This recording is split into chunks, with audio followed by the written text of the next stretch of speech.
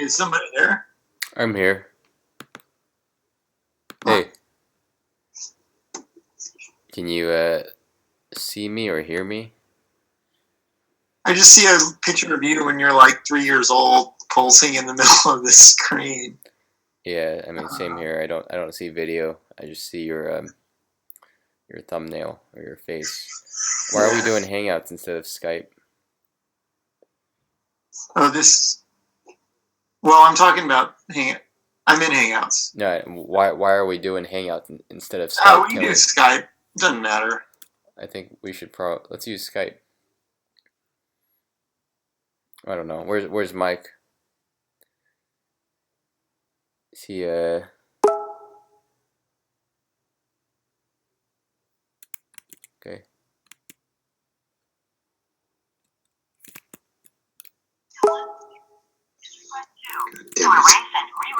Hey Mike. Hey. Hey, how are you? Just annoyed with this Hangouts thing. Okay. Yeah. So I was trying to work Costco here. Okay. I think Rick might have just left. Hang on. Let me get rid of this one. It's just prattling onward here. Okay. Oh, man.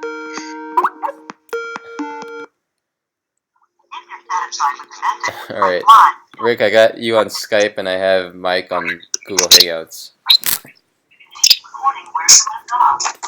So, Here we go. Okay. Well, Oh God, goodbye. Okay, I couldn't even get to the screen to shut it off. Okay. Hang on. Too many people calling on too many things. yeah. All right, Rick, let's just do a Hangouts.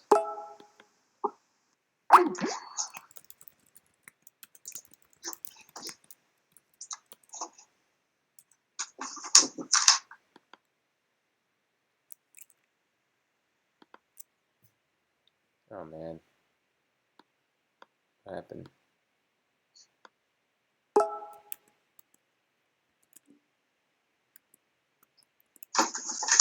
all right, I'm on Hangouts. Yeah. Okay. Jeez.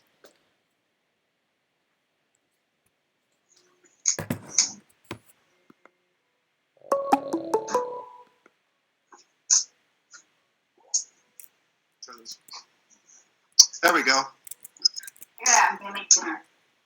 All right, so I'll flip this around. All right, I'm here. What do we got? Well, I think we're in separate calls. Oh shoot. Okay, I'm on. I just called you guys both on Skype. Rick didn't pick up. I'm calling him again. I don't know how to do that. I ended up on my phone instead of my laptop. Yeah. All right, hold on. Let me try to invite Rick. Okay.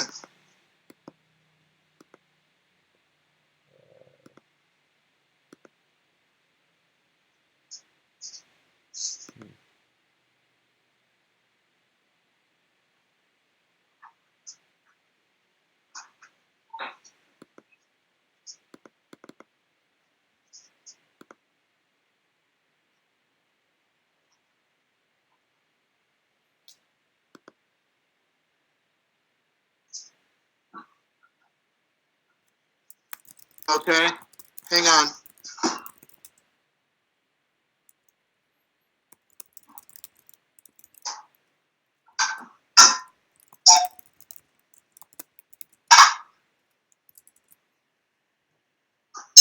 Hang on. Okay. Hi, everybody.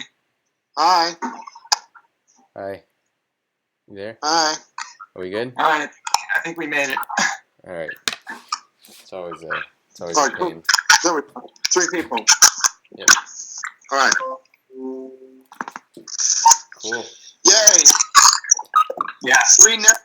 Finally figured out how to use the phone. Yeah. What's the All right. agenda? How's the football business? Kind of slow on my end. All right. Let's see. Yeah. Well, For one thing, Mike, I heard the robot was like not working right now. Yeah, it seems like it's a couple different things. Sometimes it doesn't show up on the screen as an available robot, and then other times I had a voice channel up, but I just couldn't make it work. I mean, I'm here now. Yeah. I mean, okay. There's the robot. Okay. I turn on the screen in here. Said this got charged up, so it's on. Yeah, it looks like the power's on. Looks like all four lights are on, I think. Right, so there's the two lights. You can see the green one, you can see the red one, and you can see the yellow one, and then you can see the light on the battery. If you mean by 4 lights, that's 4 sets of lights that I know of. And then on this thing on the front, it shows like there's the screen, the robot screen. So now, if we go right now to go see where the robot is, I mean, I'm going to go try and find it on RunMyRobot right now. I mean, that's all I can do, right? So, let me see. So, I mean, I just showed you guys both, you know, I mean, you could see the robot was there. I mean, running, supposedly. Yeah. And then I got my screen up. It's popping up. Let me see what's going on the website anyways. Let's see. Timmy offline. Yeah. So, I mean, if it says offline, that usually just means the Raspberry Pi either needs to be reset or it's not getting power. Okay. So here I am on Timmy. So I'm going to try and chat just to be sure if it works.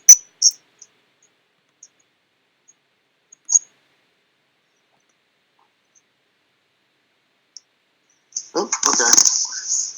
Okay, I heard it just say chat works. Right, so I got a voice channel. It says chat work, right? So that means that the phone part is working. Yeah, I think it's just the Raspberry Pi. Okay, well here's the spaghetti. Now, if I look at the Raspberry Pi, what can I do? Disconnect it and reconnect it, or what? So the one you're holding, that's like the battery charger. So look at the other board that's a little bigger. Okay. Okay. All right, we're looking at this guy. And we're trying to see if it's on. It should have a red light on sometimes, and then a green light too. Green light. You know what? It's got a green light, and it's got a little bit. It looks like I've never ever been down into the guts of this part. Okay, so you could see what I see, right? I mean, kind of. Yeah, it's moving around a lot.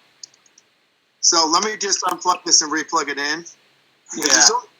There's only 2 things there that you can plug in and unplug. What you can do is just shut the power off and turn it back. Just shut off that big battery. You just have to hold it down for a few seconds and then turn it back on. That should cause the big board to like turn off all except for one green light, and then it'll turn back on. Now, one green light on the computer.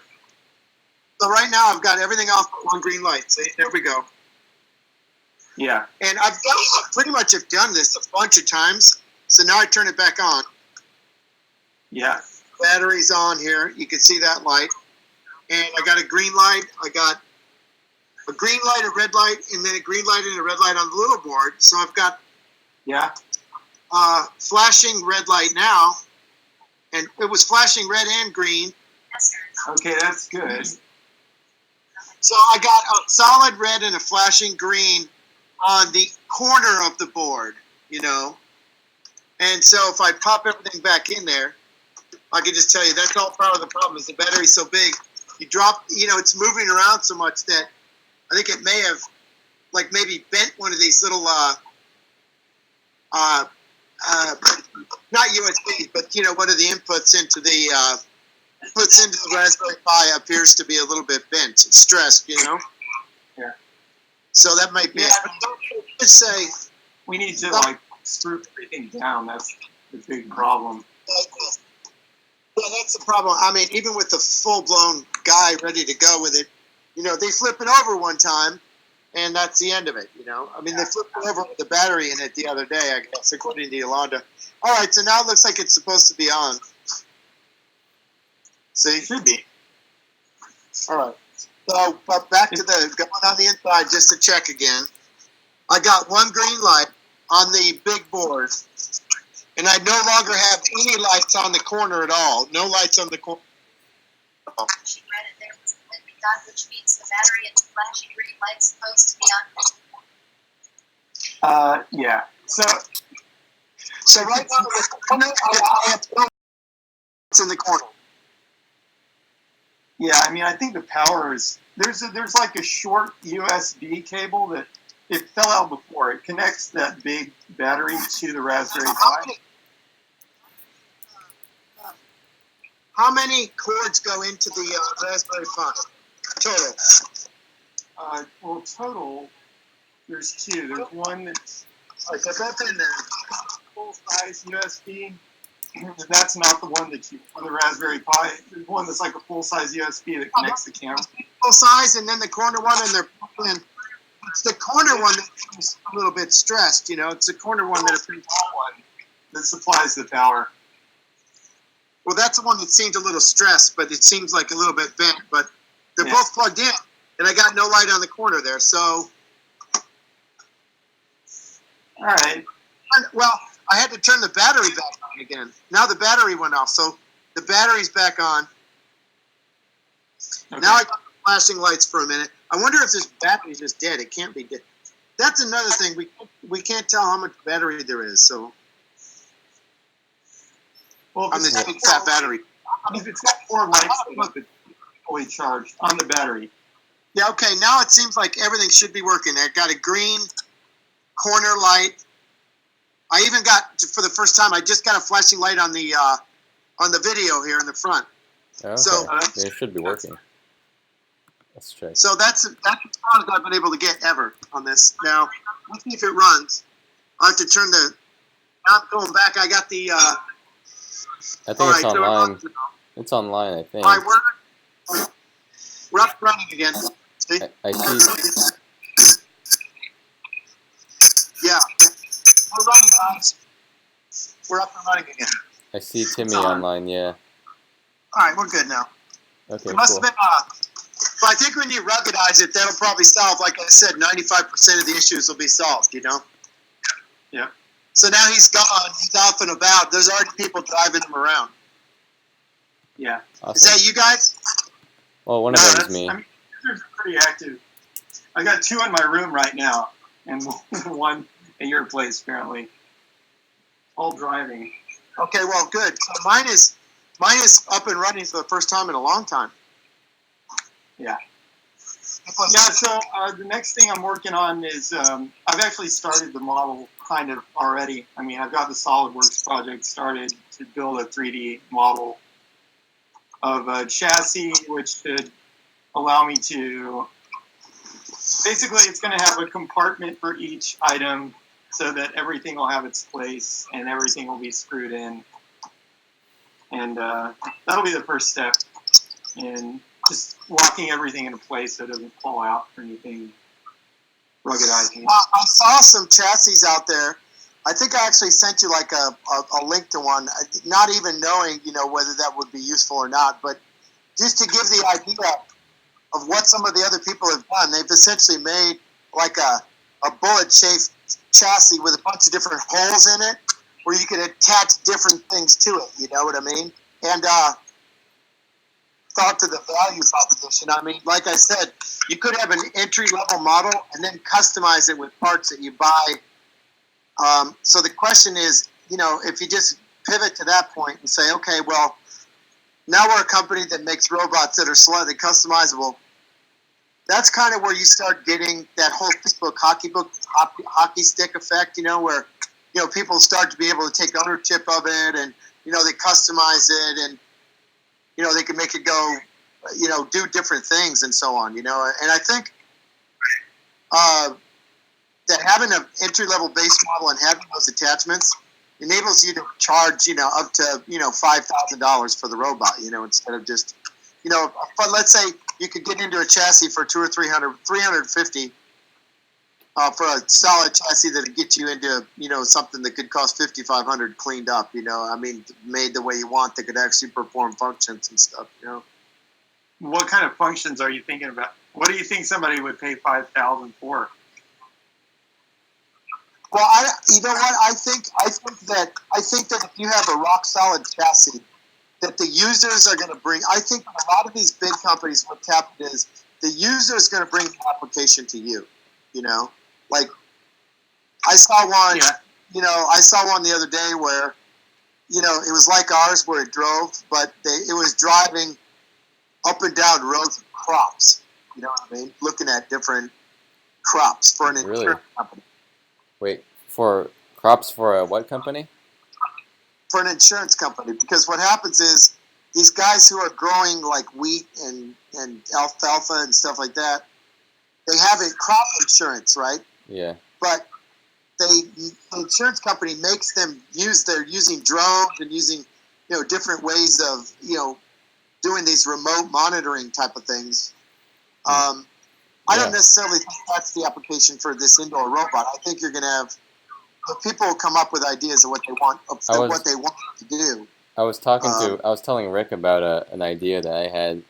My parents were thinking about buying a farm, and I was thinking how cool it would be if you could rent out a piece of that of the farm, like a small, like 3 foot by 3 foot piece of the farm, and you allow anybody to plant whatever seeds they want, and then they could use robots to remotely monitor, or maybe even like remotely pick like cherries or whatever, strawberries off of the branches, or they could remotely water it or something. But basically remotely taking care of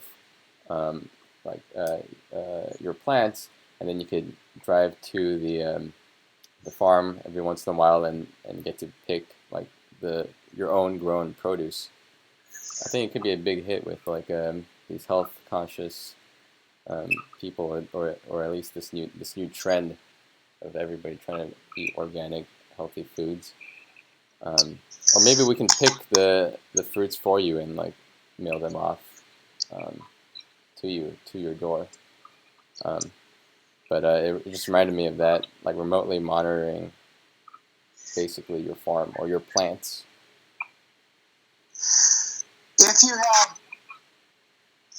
If you had something that would be able to run around, and detect leaks, like one example, a lot of these crops, what happens is they have these irrigation systems that work great up until, let's say, a valve breaks, and then you have water shooting all over the place. Yeah. So if it could listen for changes or detect, like it depends on how much intelligence you think you can build into it. Like where you could actually detect the noise and go towards the noise, or the point is that you want the customers to be able to have some sort of platform where they can be able to write their own application software for it. Yeah. No, I agree. By the way, I have a solar panel here. Wow. Which perhaps would be enough power for the Raspberry Pi. I haven't really tested it yet. But for the farming application, we could actually just run it off solar power, theoretically. Yeah. So what you have to decide is an incremental step, right? In incremental steps, what small improvements can be made to the platform incrementally, and then table them out as developers. Like, I can do this for 4 hours of work. I can do this, right? Right. Yeah. So let me give you an example. If I were trying to sell this thing without having customers, because you have a whole lot more ground to stand on when you actually have customers, right? But let's just say I'm coming to you and I say, I really want this thing to work differently than it works right now, right? So the biggest constraint to the system currently is that it only operates within a place where you can get wireless, right? Well, no, it can connect to 4G. It can connect to a 4G hotspot. Assuming that you had a phone on it that was, let's just say you're always going to build this thing so it has a phone on it, right? Okay. Yeah, or a hotspot. Why don't you push it? Why don't you push the bandwidth requirement back onto the user and let the user set the phone themselves to where if it's at home, it'll use the home wireless. But if it's not at home, they download the app. When it's not at home and there's no detection of wireless, then it operates off of the cellular data on the phone. Because that enables the robot to be used outdoors, and it's much more of a novelty, and you can take it to park. Like, I'd like to take this thing to Harris, to the pool, and hang out at the pool and show it to 500 people. I can't show this to anybody unless it's at my house right now. Well, we can So- already do this. Like on the Raspberry Pi, you can change the settings so that there's a list of different wireless networks, or list of different networks that it'll try to connect to. The first one on that list, the highest priority could be the one in your home, your Wi-Fi, and then the second or the other ones can be the connection provided by the 4G hotspot. So if you take it outside of your home and it loses the connection of your home Wi-Fi, it'll just connect to the 4G. Let's set that up right away so we can take this thing out on the street and it show it down on, it show it to a bunch of people all over the place. Sure, I mean, then what you do, I mean, running around. it just Then you're requires. The reason I want to do that is because then you're running around with just a laptop, a Mac laptop, RunMyRobot.com. There's the robot, and you just hand the laptop to people that are passing by. They're going to be able to show it to the reporters and stuff like that, where, or people that can write blogs, get beyond Reddit, where you really have user base, and then, that's on the one side, opening it up that way. Yeah. Lot of return there, Well, how can we get? Okay, so here's my question though, because I've gone out and basically done something like that in the park many times, at least like 20 times I've been out in the park with the robot, but no reporter showed up. The question is how can I position myself so that we actually have somebody noticing, other than just a few people walking by in the park. If you want a lot of eyeballs, this thing is somebody who has a family and the person's in the hospital, and run the robot around their house. That would be a fun way to do it. You'll get an article there. I mean, I could probably get an article written in the newspaper about that. Okay. Let's make that a goal. I see no reason not to. Yeah, that's really what you want to do, is you want to set a goal to say, I want this thing to be relatively rock solid, dropped off at somebody else's house for a day, and with the option of making it the kind of product that where it could run around inside somebody else's house and be remotely,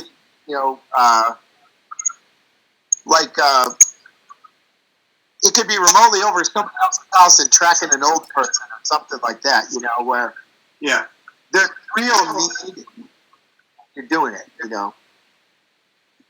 Yeah.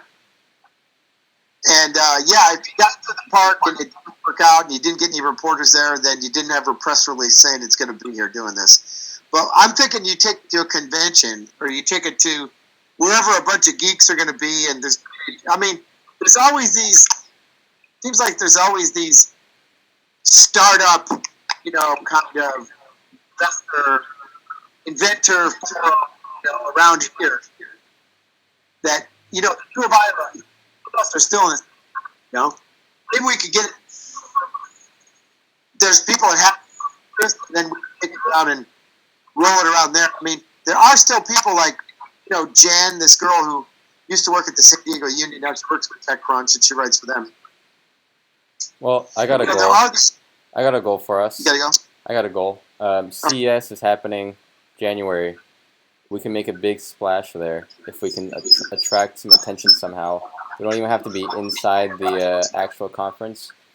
If we can just be outside and we have really rugged robots that look interesting, maybe even the arm can be done at that point, and we can have people try picking things up off the ground. I think we can attract a lot of attention, and there'll be lots of cameras around and whatnot, lots of Also reporters, know journalists. that whenever you set a goal, like when we were in telecom and we knew we were going to be at a show, the dynamics are really different. The other people that are being paid to go to the show find the right amount. So if it's a big show like CES, you know, if it's the big show in Vegas, you might get some blips, but you're going to get lost in the white noise a little bit. If it's a smaller show, it's a little bit more traction. But yeah, I'm down to go to Vegas and do that. I think it's a good idea. That'd be cool. You should join us. I have a ticket. I think Rick bought his ticket already. I think you can still buy tickets, Mike. Yeah, it'd be fun. How are you guys going? Let me look at the dates. It's in January sometime.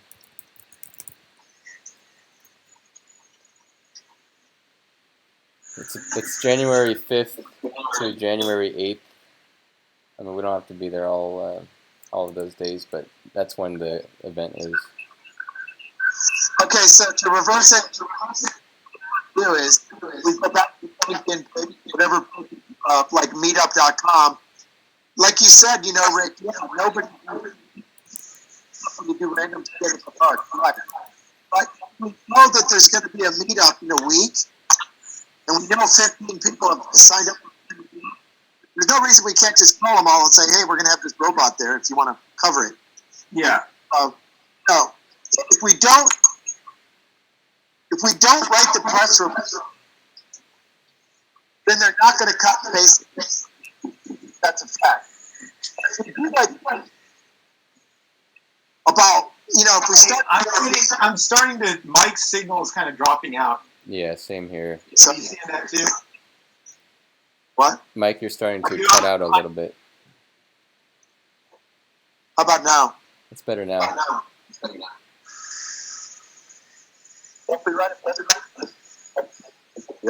It's still dropping out. Okay, let me try. I have a cell phone. Okay.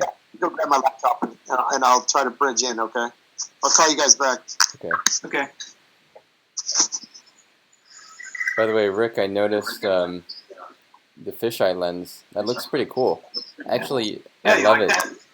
I love it. I think we should replace all of our webcams with that.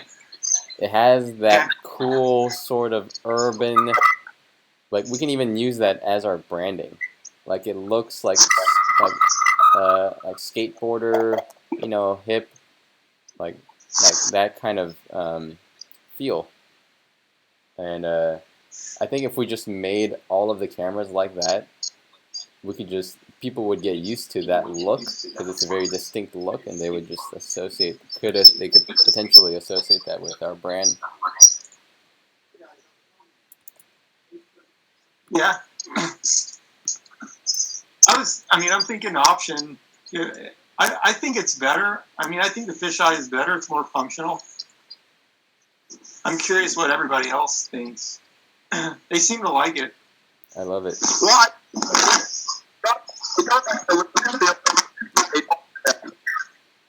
I got feedback. Did field of vision. It sounds like it's fisheye lenses, or at least some wider angle, of some sort. You know. Okay, Yeah, I mean, okay, you're back. I mean, the wider angle, it's more practical, sure. I'm just coming at it from like the aesthetic angle.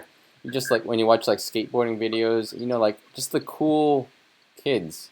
I don't know, okay, maybe I'm just thinking about skateboarders, but they always film their videos with the fisheye lens, and it's almost like I don't know, it's almost part of that culture, or I don't know, it feels cool. Can't find my word. I'm just saying it looks cool, and if we could, yeah, sort of. I was thinking building our brand potentially to be more urban. Like, have you heard of Vice? Like those kinds of companies, they sort of target. They have like they celebrate graffiti art and like skateboarding and I don't know. I can't even think of any examples off the top of my head, but like that kind of brand. And I was thinking, what if we Because used that you know how brand? the robot, kind of, you could say Timmy's having a bang bang tonight. You know what I mean? If we could pick the robot, if we get these guys to cooperate, we could take the robot to a club. You know, Yeah, drive it around. Yeah, Like that. that'd be we cool. could put some LED like lights on there, get them animated. That would be cool. Or you know, Actually. to be hits, but we figure out how to receptive to it. Like maybe we just take it to a school. Maybe we start taking it to schools. Get in the robotics department, cruise around with it. Maybe we get some.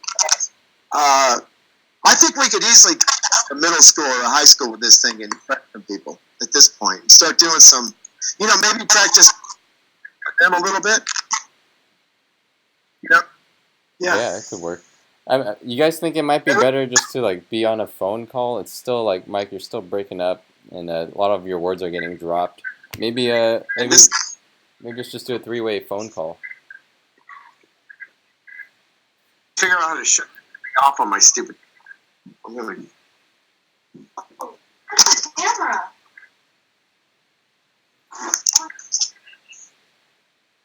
I have to actually turn the phone off to make this thing turn off. This sucks. This stupid. Okay. Power off my phone. Dude, this really?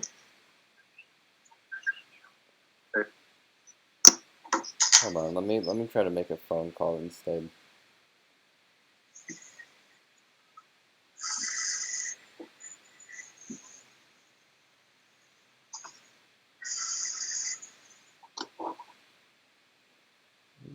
Three-way call.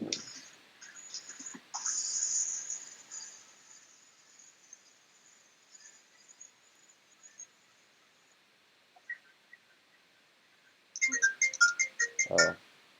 Do you know how to do a three-way call, Rick? Oh, I think I got it.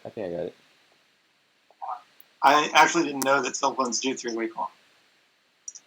They don't? About to find out. Hold on. Okay, let's try it. I'm gonna add Mike in here. Ah, if my phone would cooperate.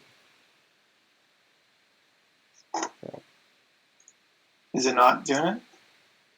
My keyboard on my phone broke. I don't know. It's not typing any letters. Jesus Christ. Okay. 1 second. I have to manually scroll to the M's.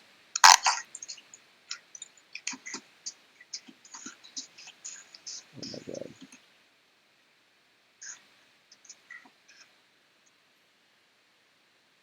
I don't know. On my keyboard. This is ridiculous.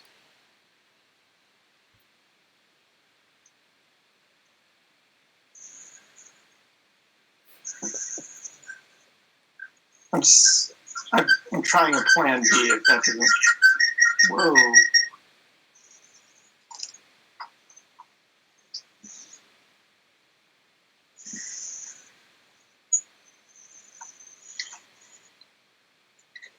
Okay, got it. Okay, got it. You got it? I'm gonna hang up this call here. Okay.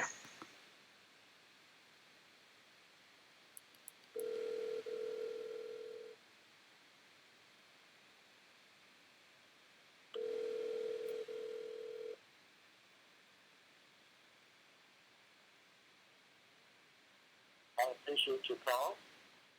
Call as soon as I can. Leave me a number. Take care. Oh, okay, never mind. Okay, I'm here. You're here, but I don't know. Mike's not picking up on his phone. That's fine. Let me try it one more time. I could hear. 1 second.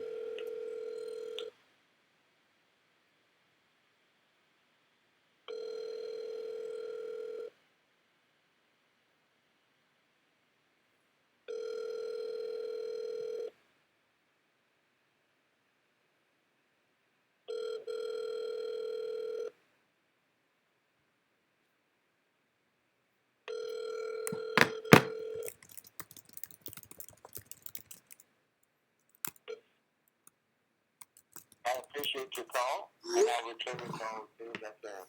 Leave me a number. Take care. All right. Well, I don't know. Mike's not picking up. You said.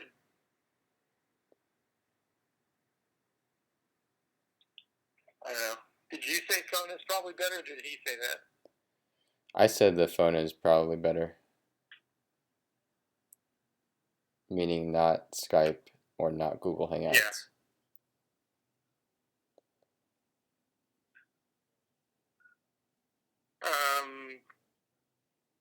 All right. Well, let's give him a second to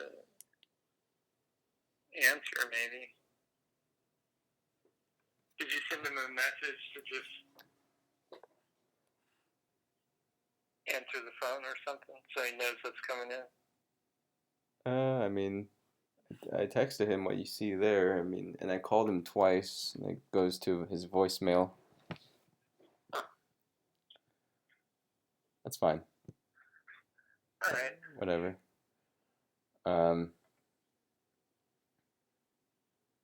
Yeah. It's weird.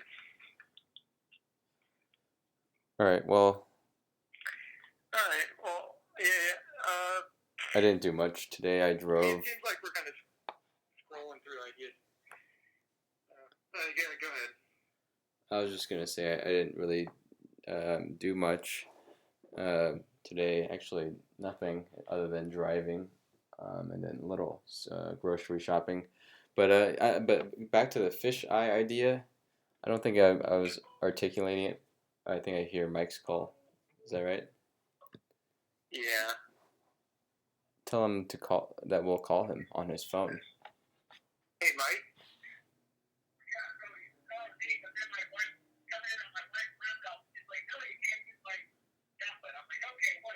Oh. Can you hear me now better? Yeah. Actually, you're loud and clear now. So, Theo, can you join us on Hangout? Okay. All right. I think it's working fine now. Okay. All right.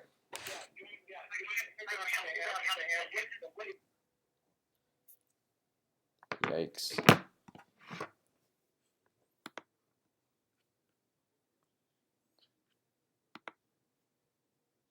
How do I join them on Hangout?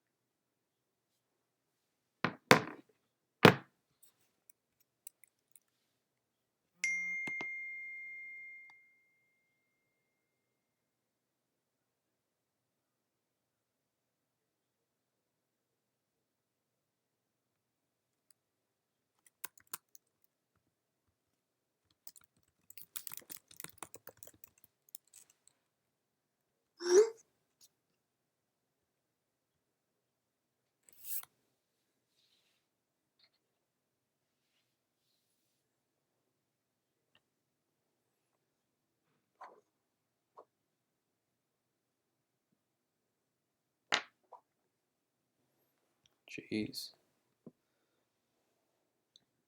This is a clusterfuck.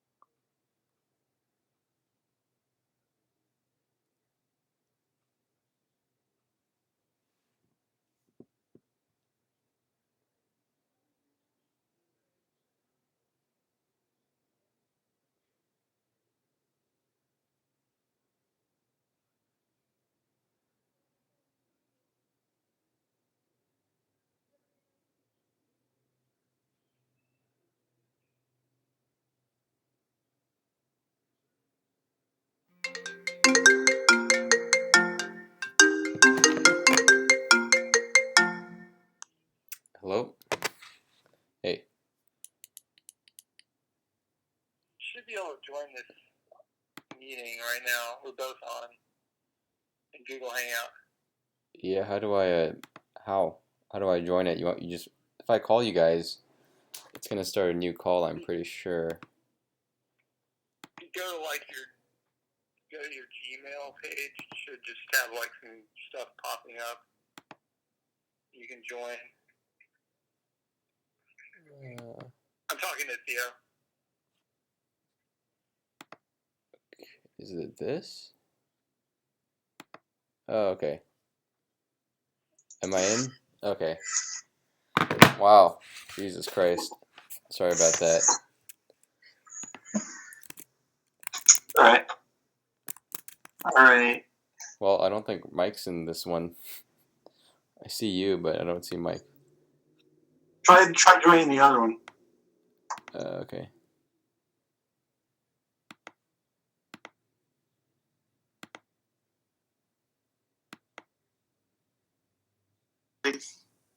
Oh, there he is. Okay, there I am. Sorry. We're all there. I thought there'd be like a ring or something, but it's just a notice, like a notification, visual notification. Yeah. I finally Okay. got on the back fence. Everybody in the whole house had to make every noise. I couldn't even find a quiet space. Then the fucking robot's talking to me too at the same time. So like, please, there's 7 calls coming in and I can't answer any of them. The screens are all behind some other mysterious. It's like, I think Hangouts, Google and the phone, it was the biggest missed opportunity. They could have been the only phone company in the world if they wanted to be. Well, it looks good now.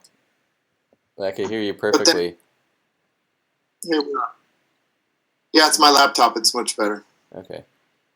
Cool. Anyway, what were we talking about? I don't remember anymore. We should hit up 5 targets on meetups where we think it would be well received, and just try and pick one of the 5 and show up and see where if we can get some traction, get some write ups on it, and find people that are interested. In that way. I mean, you want to build a library of a couple articles and people are saying nice things, and then you have some momentum. Right. Yeah, definitely. I mean, so Rick is working on the new body as well as the arm. I'm working on the website as well as the fixing the audio. Anyway, software side. Maybe Mike, if you're interested, you can take point on I don't know, like the meetup stuff or. Let me write up a press release, and then we'll see what bells and whistles we're going to have before we actually use the press release. We could a day or two. I'll write up a press release. I'm trying to do a really good job on this and a couple other really promising startups at the same time. So when I come back, I mean, obviously we've got the robot running. Once it's ruggedized, then we're going to get out there. If we're going to be able to do something other than just a wireless, that's great because it enables us to go anywhere. So once we can go anywhere with a more rugged device, then we can show up at shows and show up at I mean, it might be a cool thing to just have it at a party running around, you know what I mean? For people I like that your couldn't club go to idea. at a club would be fun, other than the fact that it's because the robot's so low to the ground, like it's just going to be looking up skirts all the time. That's all it's going to be doing. And women might be creeped out. But it'd be, Might have to it'd have be a so different fun. robot. Might have to have a way of raising. We might have to have some way of raising the camera up a bit. You know what I mean? We tried that. I mean, we're trying to keep it a lower robot, right? Wait, why the upskirt thing isn't an issue as long as it's just facing forward, which it is right now. That's true. That's true. I guess they'll only see ankles then. Yeah, that's The wide angle, it actually works okay like that. I the mean, wide angle lens thing will help too. oh yeah. Well, that'll make it. It'll help. I mean, it'll make it easier to look up skirts too. That wide angle lens. I mean, we tried putting the camera on like a ruler or a yardstick. I mean that works if you want like a more face-to-face communication. It's just I think it makes it look more unwieldy or clumsy. It's just like I think it's a lot nicer to have just the robot low on the ground, just because it makes it like a small and cute object rather than this like cumbersome giant thing. I think we could. Yeah, the other one that rolls around it. The other one that effectively makes it be a remote person in the office costs $5,500, Yeah. but that's a really good option if you could have it so you could just dock a phone on there and have it be a different person for the day, and then just show up at a meeting or something. Yeah. There's probably some traffic there.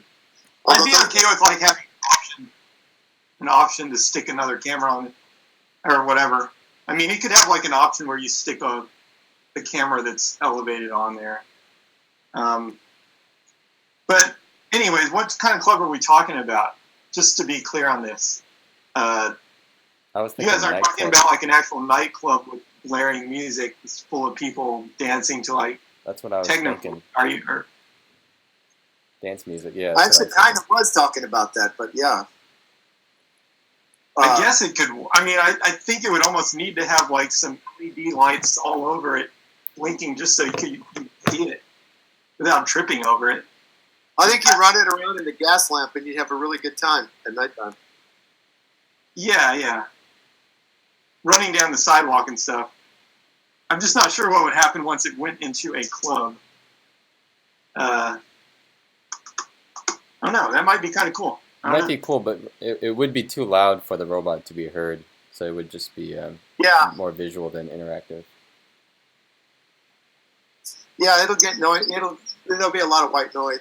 The other thing is that so basically this thing I've done a lot of experiments, and Theo and I have done a lot of experiments too at conferences, at parks, at all these different locations and stuff. And basically, if the crowd is very active, nobody notices the robot. So if you're you don't really want an environment that's extremely active, because the robot's not really moving fast enough to even be noticed. There's sort of a sweet spot where the crowd is kind of chill, or there's some people, but not a massive active crowd. That's when they start to really notice it and interact with it. That's a good point. I think if it's a really high volume of activity, you're probably going to get lower response. Yep, exactly. The classroom setting is better to focus on for starters. Mm-hmm. Yeah. So back to that, how easy is it to use mobile to move this thing around? I've never used it on a mobile device. Is it pretty easy? Yeah, it's just the same. It's pretty easy. It goes right into a middle school robotics class, like right away, like right here in North County. Sure. Nice. I mean, I wouldn't argue against that since we're just in the You guys down for experimental. that? Right off the bat, see if we can get somebody that's interested. Yeah, I mean, I'm down for it. What would you say let's say we go to the middle school robotics class. What's our pitch when we get there? Or what's our frame of mind? Hi, I'm here to Timmy, and we're here just to get your feedback on what you think this technology and what do you think this could be used for, and then open it up for the kids to talk about what it could be used for. That's a good Oh, idea. okay. Just to get their ideas. I like that. Every single middle school kid, all 25 of them in the classroom, are going to be able to use their phone that day and move the robot around and stuff like that. And then they're going to give us some ideas, which, it's all serendipity. One thing leads to another. You never know what's come from that sort of thing. But it's that sort of good report sort of stuff, I agree. That's I think all it's serendipity. probably ready for a classroom setting, actually. Yeah. I think we could do the classroom right now. I mean, with existing technology, it doesn't, it's good enough for that setting.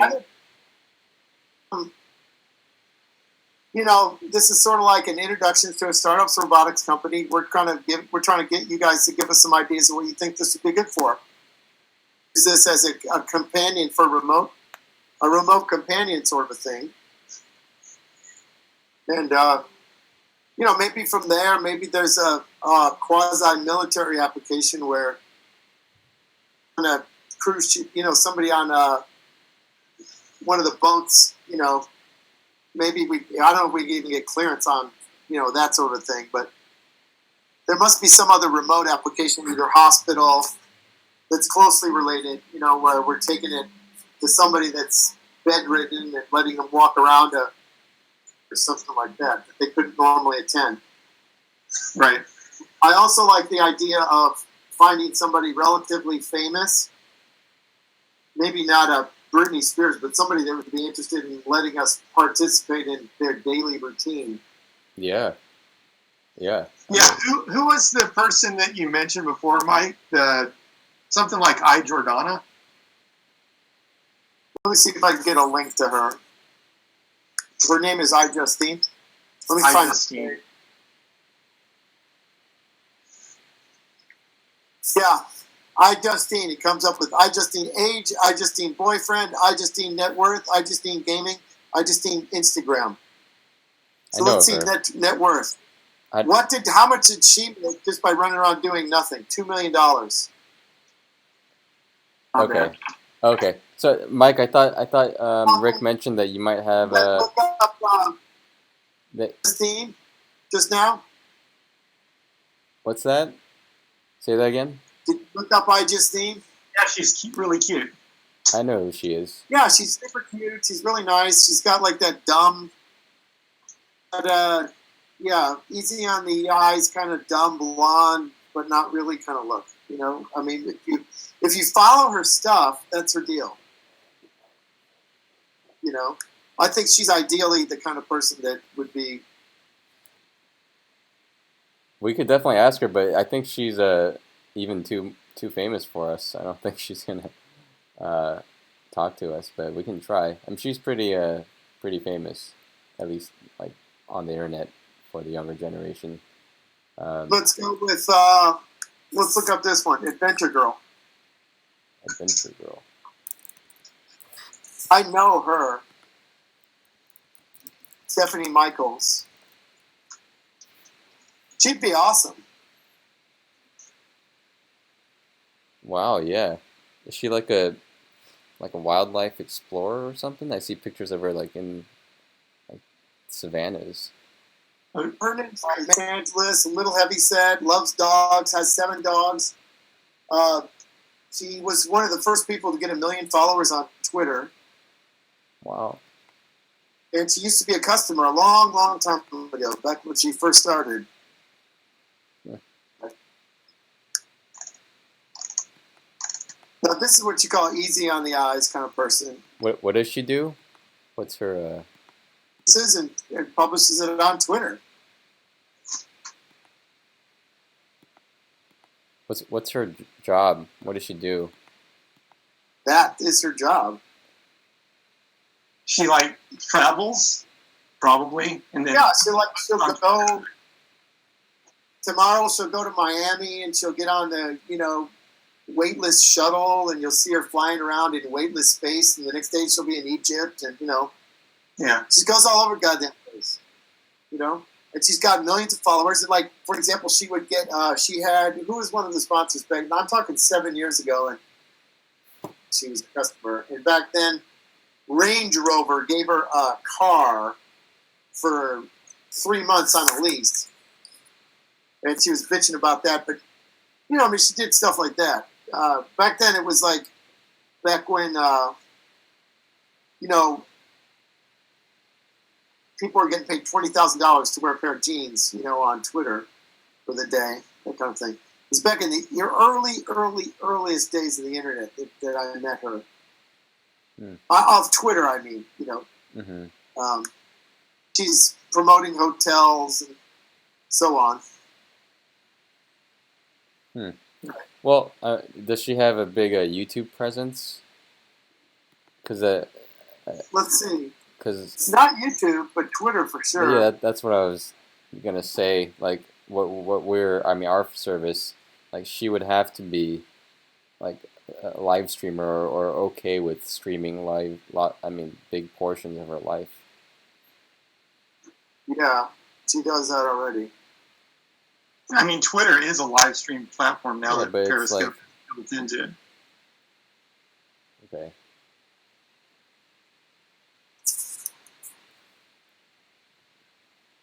I'm gonna find her on Twitter just really quick. She's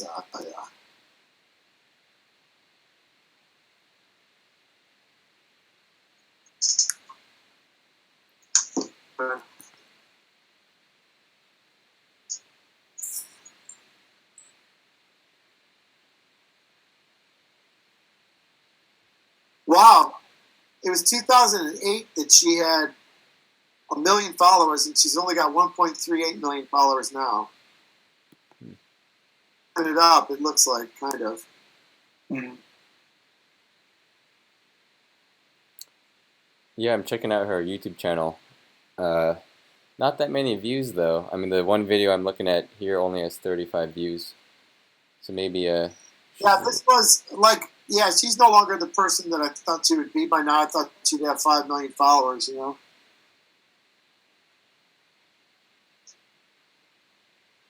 Yeah, I mean, still, if she's interested, that'd be great. That'd be amazing. But I don't know if like this would fit her life though. She only has small clips, short clips on YouTube, and if she was just a big Twitter star, I mean, Twitter is completely different though. You just like write text, like a short blurb. This is completely different.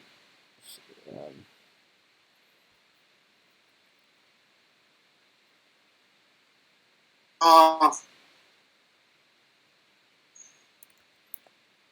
well, I don't know. I mean, if you still have like if you have close contact with her, I don't think it's worth the effort. I think Yeah. we go backstage with somebody that's going to have a show here in San Diego and set the robot up backstage for, I don't know, Elton John or that'd somebody be kind of else that cool. wants to Never thought about promote. that. Backstage. Yeah. Where the robot runs around backstage, for the show, maybe. Who knows? Yeah, and it could talk with all the other people hanging out backstage, all the people preparing to go on stage. Yeah. Like right before they go on stage, they can talk to them. Wow, that would work. I wonder. That'd be huge. The key would just be not getting like ejected. I mean, you could almost just buy an offstage. What's the reason why can't we just go on stage while they're performing? Why can't we just have the robot streaming during a concert someplace? That would be awesome. Yeah, I mean, I'm just trying to think. If you open it to the entire world, it's probably just going to roll off the stage. But if you open it up just to a few select people, trusted people, yeah. Oh yeah, you know what, you guys? I want to talk to you about that too. I want to talk to you about that. I was actually just off cruising around looking at different things like Ellen backstage, or then the idea came up: could you actually just put it on stage during a concert? The indie concerts, maybe if we just took it down a notch and said, okay, well, there's all these different indie players. There's Coachella. If we put it on the stage at Coachella or something like that, that's where we're going to get the most eyeballs, That would get so many eyeballs. That's actually how Meerkat became famous. It was at one of those concerts like Coachella, I don't know, one of those big ones. But it gained popularity there. That's where they like showed people. It just took off. Yeah, I think with the current generation. Now we're back to let's have a conversation about Okay, let's just assume that we get on stage at South by Southwest. South by Southwest. God damn it, why not? You know, that'd be awesome. I've been wanting to go to South by Southwest my whole life. Yeah. South by Southwest. Let's list 10 different ones that would be really awesome. Southwest, Burning Man. That'd be awesome. Wow. Burning Man, running around. Burning Man. Yeah, that'd be crazy. Then there's all those other ones at Coachella. Not really Coachella, but the other ones that are like Coachella, you know? There's tons of these. There's hundreds of these. Incidentally, the theme of San Diego's Burning Man called Utopia. It's like the mini Burning Man. The theme was actually robots and dinosaurs. The last time they had it, we could have like cleaned up with that. But I'm looking up something else while we're doing this. But let's say you get on stage with one of those. Oh my God, fucking Firefox! Why the hell do I do this stupid shit? I don't know why I do these things. Am I that dumb? Okay, hang on a second here. So maybe go. What are you doing? Is it pop-ups? No, I opened up a different browser for some stupid reason. All right, so I was going to look up.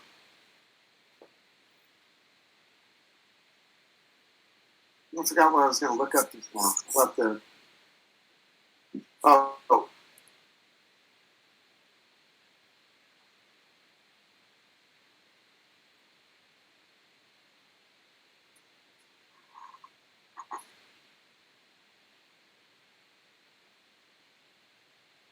Okay, so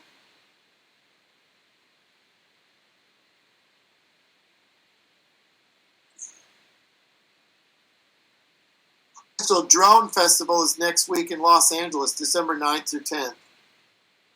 Drone Festival. And then Robo Universe, San Diego, December 14th through 15th. Okay. okay, Let me check that out. Robo Universe.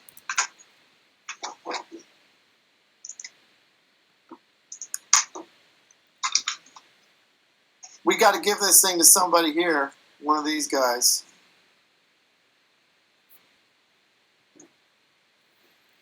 The first global trade show series for the service robotics industry. Robo Universe is where we need to be.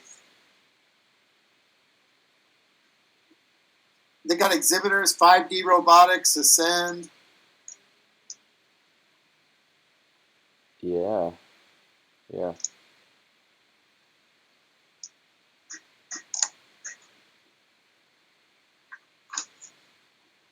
All right. Yeah, I mean, let's go if we can.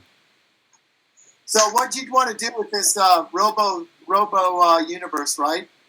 You scroll down here and you can see Whoa! This is the premier pitch event for seed stage startups in 3D printing and robotics, right? 37 million from the last one. 37 million what? Frontier Tech by submitting your pitch deck today. Oh, really? Oh, application. It's too late. It's too late. Where are you looking, Mike? Go to frontiertechshowdown.com.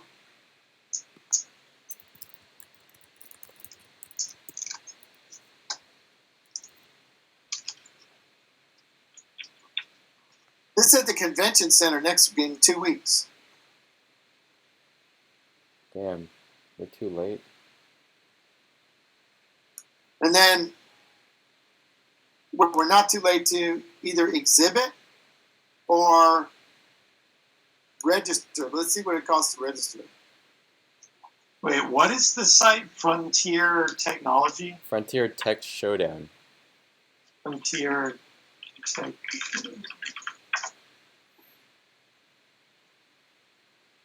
Huh. Only passes are free. What's that? Passes are free? Yeah. Okay. Exhibition only passes are free. Okay, great. December 14th.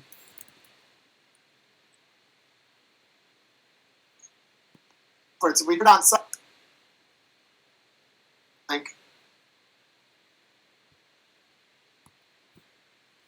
All right. I'm gonna hit you guys up with a link right here, right now. I got the link. It's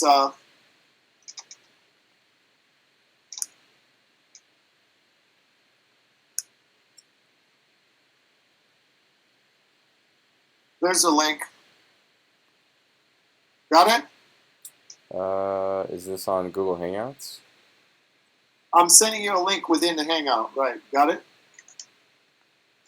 Risingmedia.com. No, I don't have it. I don't see it anywhere.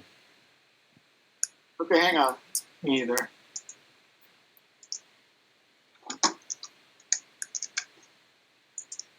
Seriously? Okay, I sent it 3 times. I fucking Hangout. Hangout sucks. Hang on a second here. I'm gonna send you an email then.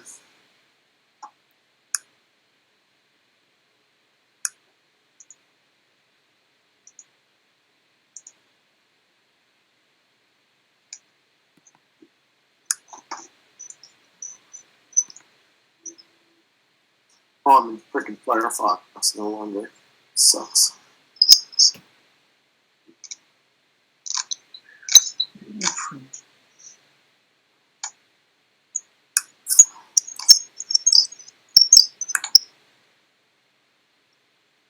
Yeah, I'm gonna send it to you on email then. Okay.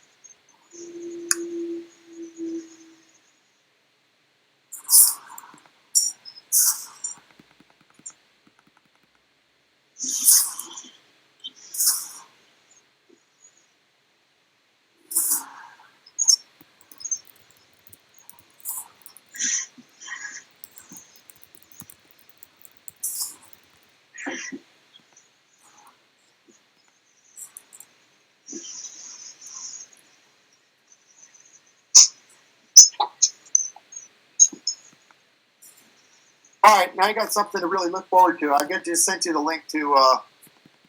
You got a little bit over 2. You got just about 2 weeks to get ready for this show. All you got to do is register. We'll go roll that thing around in there and see what we come up with between now and then. But we have 2 weeks to set a bunch of meetings with people if we wanted to. Like, for example, have sensors and stuff. Yeah. You know, like maybe we could do a partnership with somebody that has sensors and say, okay, well, we got the platform. We just attach your sensor to it, kind of thing. Not my opinion. Rick, or I don't. I still don't have the link. I still don't see the email. Yeah, I don't see a link either. Email and see if you can. I don't know. Maybe it takes a second. Oh, I got it. Got it.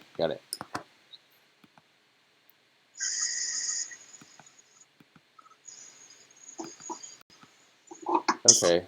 Well, yeah. Okay. Let's use this as one of our goals.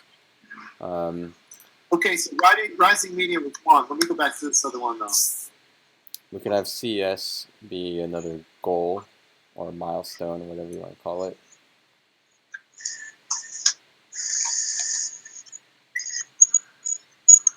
I just think it'd be really cool if we have that body, the new 3D printed body by this would be great. The Robo Universe thing. I don't know. Is that possible, Rick? Or is that too soon?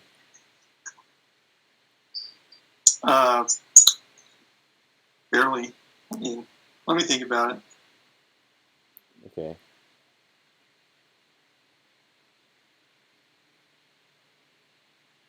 Okay, so we don't have.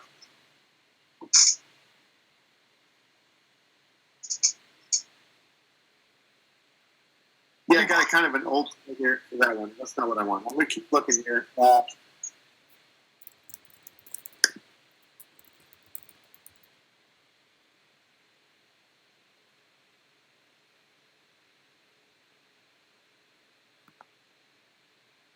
Yeah, MakerCon is over. It just happened in November. Yeah, we actually went to the Maker Fair. Well, we went to multiple Maker Fairs. Okay, that's that one. All right, so let's see what else.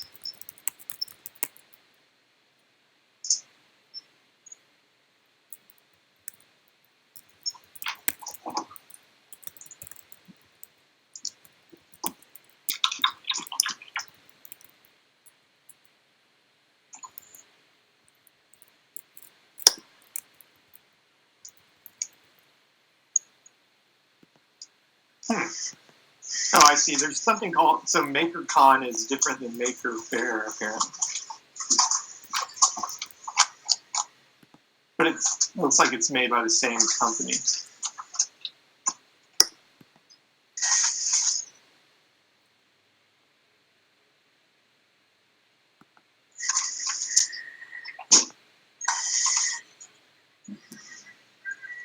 There'll be press at places like that. That's where you set it up ahead of time. You give them the press release, then they see it, shoot the pictures, and cut and paste and write the article. Thanks. Yeah. So, So you have to write the article. Now, did you guys look So- at Robo Universe? I did. Wait, Mike. So what Rick and I usually do when we go to these conferences or fairs, I mean, we usually just put the robot out, even outside of the event space, and we kind of just where there's a lot of people like milling about, we just turn them on the ground right there, and we just let people interact with it. But I don't know. It seems, I mean, like from your experience of like doing you know, whatever it is that you've done, like what is how can you help us? Like, can we Yeah, I maybe would fire anybody who did that. I would just fire them immediately. Because I told somebody that worked for me that they had 2 weeks to get ready for a show, and all they did was mill around randomly with no appointments. They have an appointment every hour on the hour with the place. Influence. And go one after another. Bam, bam, bam, bam, bam. If you set that as the standard, and you got an hour in between, then it's a totally different game. That's how we built a world-class phone company. We showed up, we got a hotel suite, and we did, you know, I mean, we had a budget, obviously, but there's ways you can, you know, say, I'm going to meet you at 9, and, you know, meet people. yeah. You know, just get up. So do you scout out these people beforehand, before the meeting? And Yeah, you know who all the attendees are that are coming on. You know, I mean, we're looking at Robot San Diego. We know who the exhibitors are. yeah, Right? So Yeah. I'm in robouniverse.com. There's all these different tracks. So I could a bunch of names just right off of this website, get a hold of people. okay, And do that. I like it. Yeah, let's try that. Like, for example, 5D robotics is the very first one, Uh-huh. right? Okay.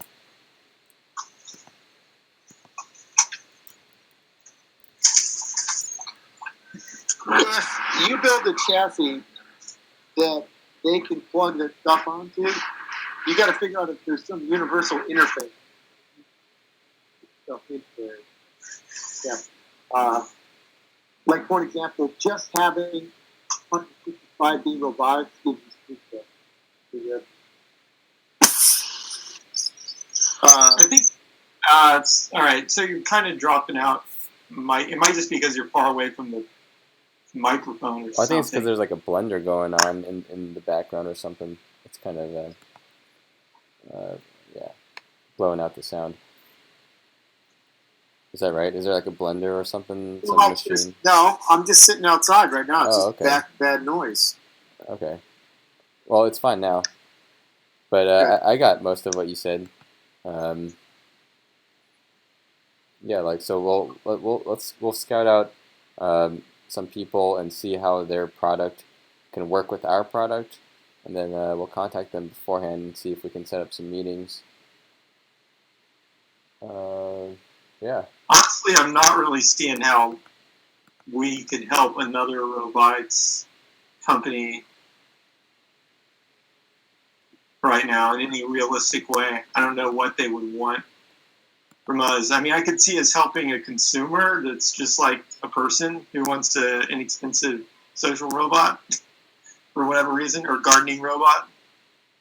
But any pretty good robotics company is going to be able to probably replicate our technology, Right.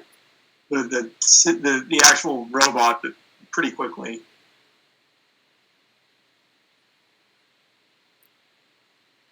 I mean, the site is another deal. I mean, our bet is that the site in the community will be more difficult to replicate. But Okay, if they sure. just want a piece of hardware that moves around, they could like build their own. Okay, fine. I mean, you might be right, but They still, can we do can that. contact these people and just say, like, we're working on this. Do you want to meet up and talk about it or something? That's the reason I'm bringing this up is because I don't know where that conversation would go. It seems like the ones we need to be talking to are not other people running robotics businesses, but like more like a potential power user. Yeah. Okay. That's a good point too. Like, maybe we should be looking at like conferences for like YouTubers or I don't know, some streamers, live streamers. Yeah. But I mean, this robotics one though, I don't know. There may be something like unanticipated that we can gain from this. Right here, it's free. You can get in. You go around. You see the show. You know, run the robot if they let it in. You know, but in the meantime, it's on the 14th. So it's probably what's going in. I don't know if you can get off of work, but I'll go if you guys can't get off of work. And why? I can go. I can go. Okay. Yeah, it's people But if I look around, with similar for how interests. many hours is you're 2 hours from San Francisco, right? So Well, you're I'm up in San Francisco. I'm pretty far, but I still have my probably place in Santa have- Barbara until December 14th.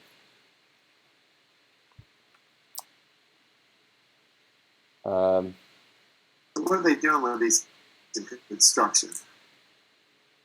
But anyway, it's people with similar interests. So I mean, maybe I mean, it'll be easier to gain their attention.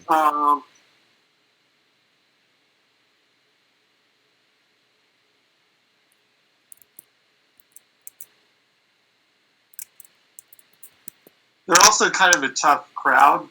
If you go to a room full of roboticists, it's going to be kind of a tough crowd. I mean, nobody's going to be impressed there. They might be interested in the social aspect, because that's more of a unique thing. Yeah. So what are you suggesting, Rick? You think it's not worth it?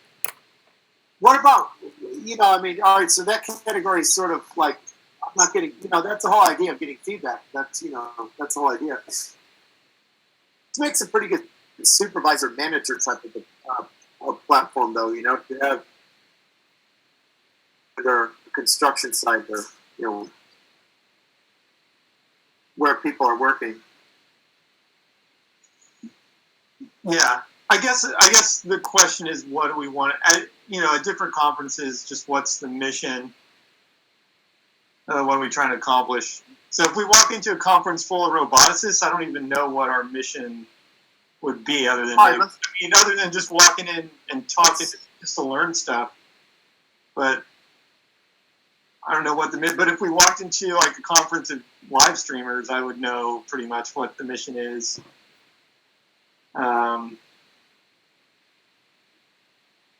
Or if we were just trying to get like press coverage at a maker fair or something like that, then it's clear to me what the mission is. Okay. Well, let me see if there's like a YouTuber conference. You're not seeing a whole lot of upside to the time you put in for. I'm almost afraid a company that already has a robotic platform ready to go. We need to add this social aspect to our existing robot. Right. And So almost better not to go out there. Well, I don't know if I'd say it's better not to go out there. I mean, I don't think we should be afraid that some other company is just going to pivot into our space and do exactly what we've done. Like we're not Why not? hiding by not going there. I mean, we're already accessible.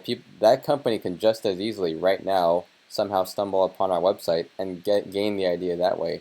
It's not like they're only going to know about us if we go there. So they can already do that right now. So it won't like make much of a difference if we do go in that sense. The difference is right now everybody on our site is like some Reddit dude that's just like hanging out.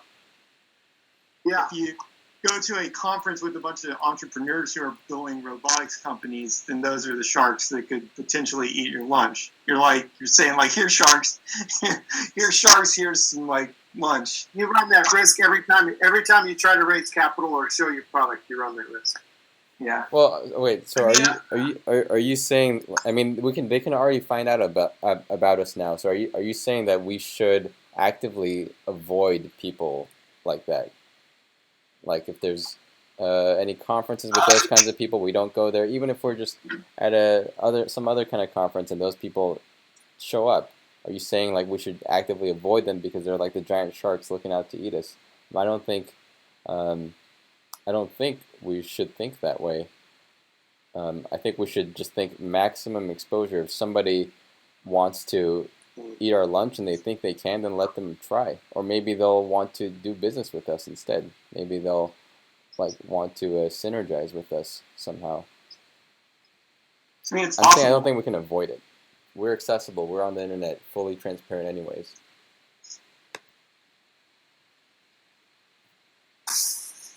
Yeah. What about going to some of these?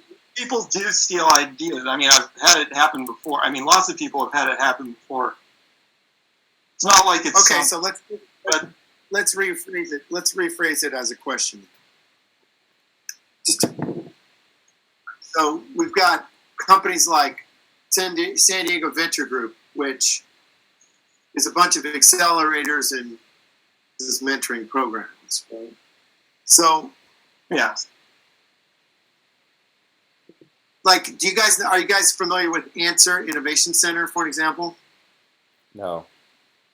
And if they are out in, they're in Claremont Mesa. I've heard of the Fab Lab. Right. What Answer wants to do is Answer wants to open up their facility to be able to be used by other incubators, right? But they're actually Chinese. They're a Chinese, pretty well-funded Chinese company. And they own a bunch of real estate in Mesa that they've turned into an incubator place. But there's 24 of those places now. And they're always having these houses and stuff like that.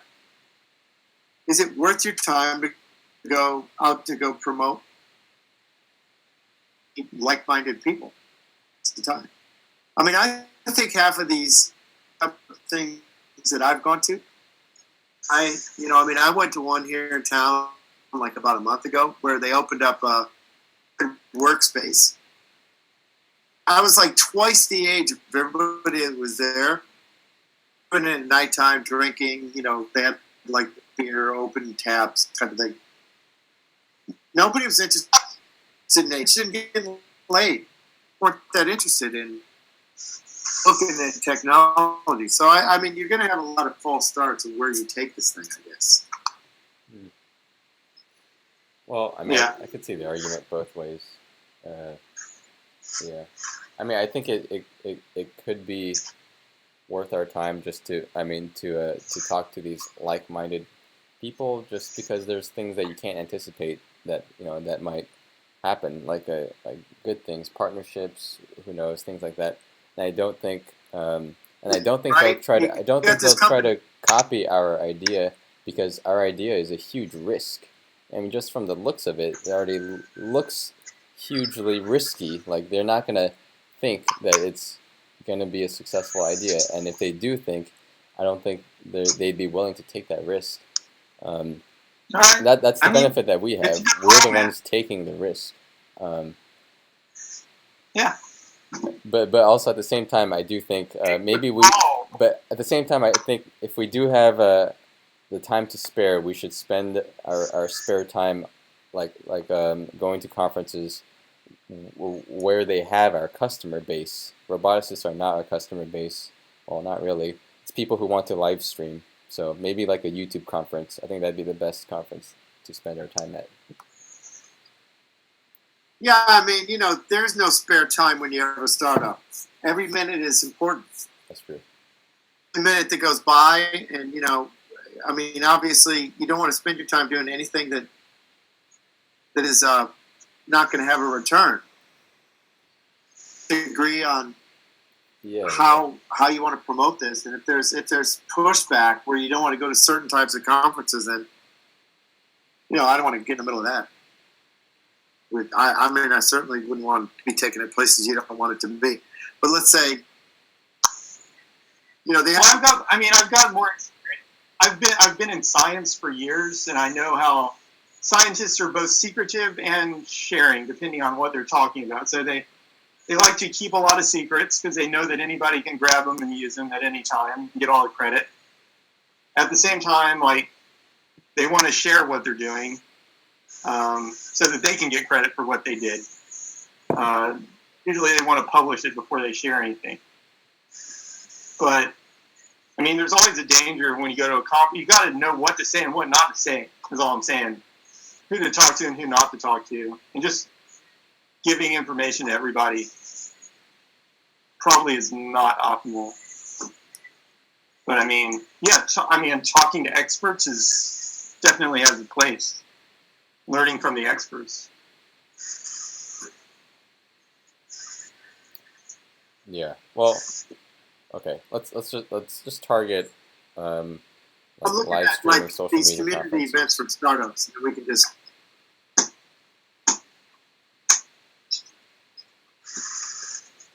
What's that, Mike? I didn't hear what you said.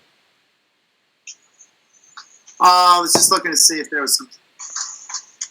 I guess I'll just start looking at some different. Let's do this then. When we get together, like in the next week or so, I'll try to come up with, a top 10 list of things I think places we might want to think about going.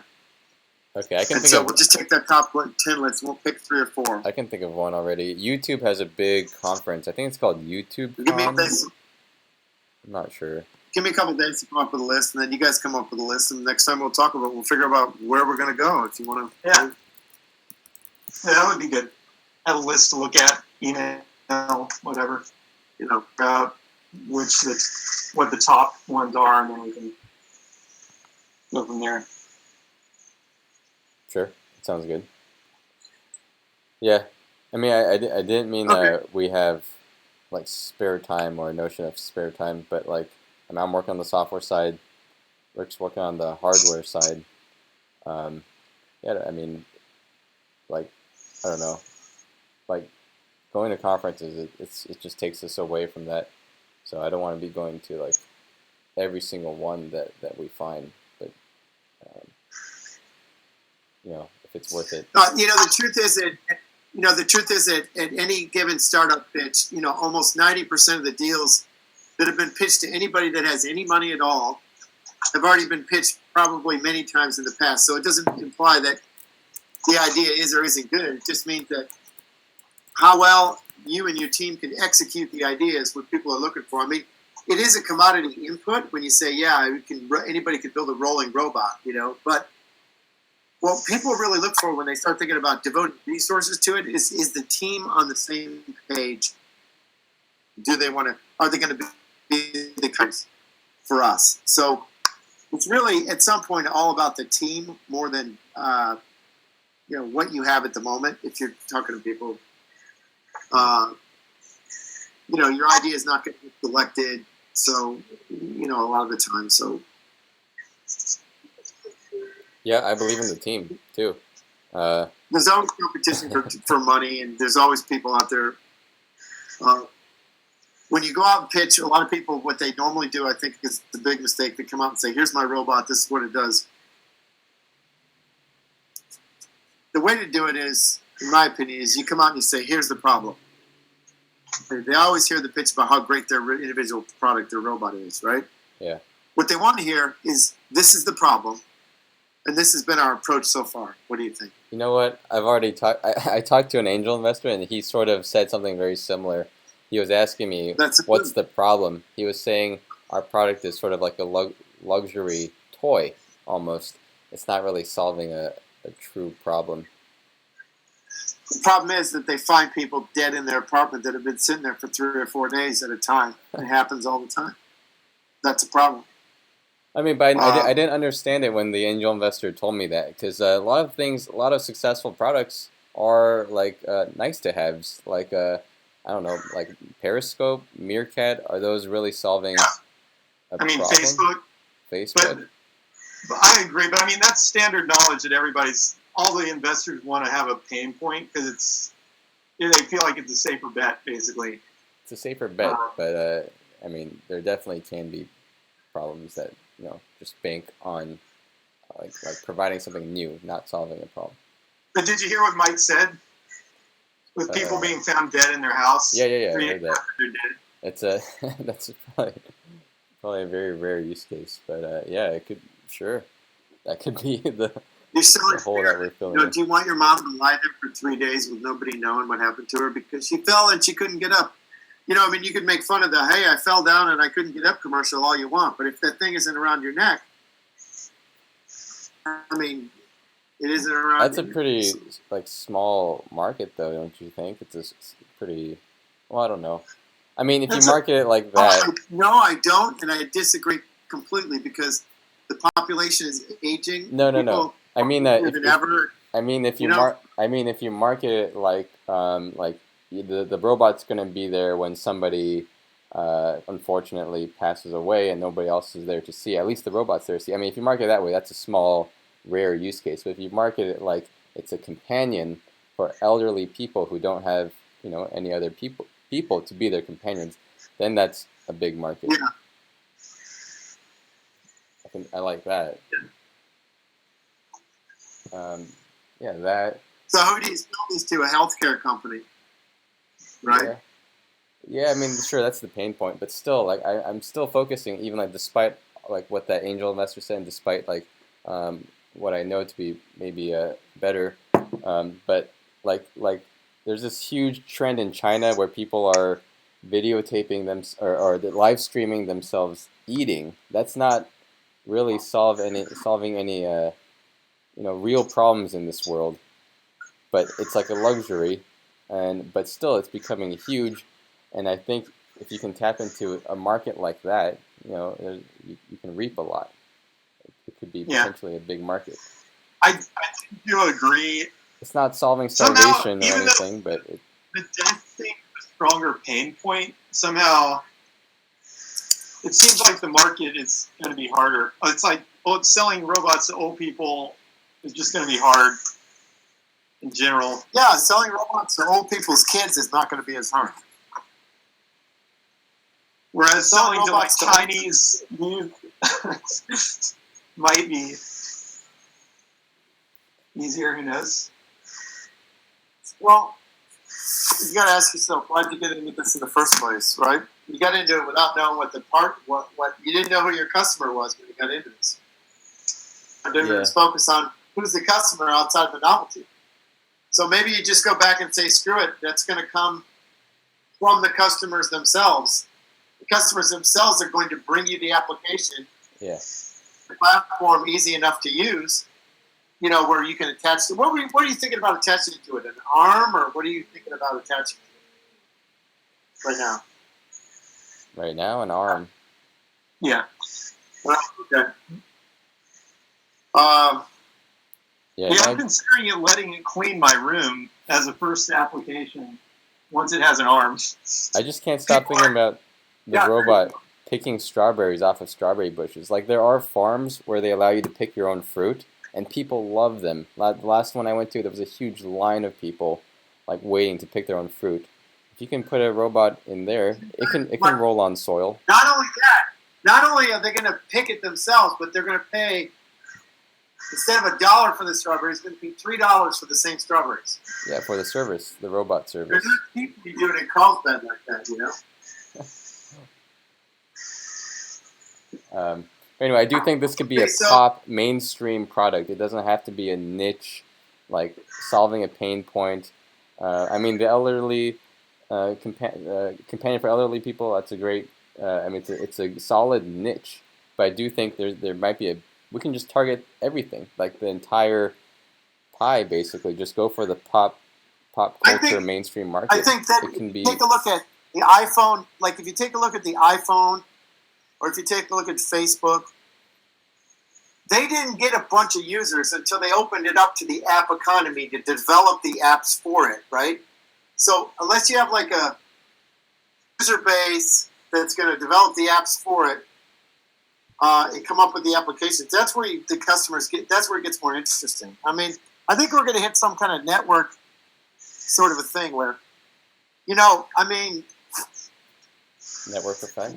I got to tell you, as odd as it seems, the truth is, the largest purchaser of pornography when I was in telecom, corporation. Really? Because they were a company based in Utah and all that stuff or whatever.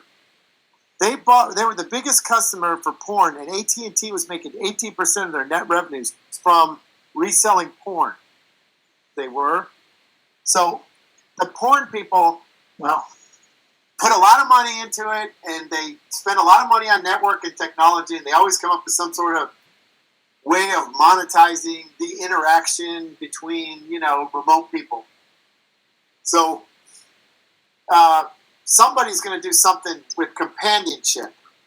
So you got to figure out what is the companionship model that can be instantly monetized.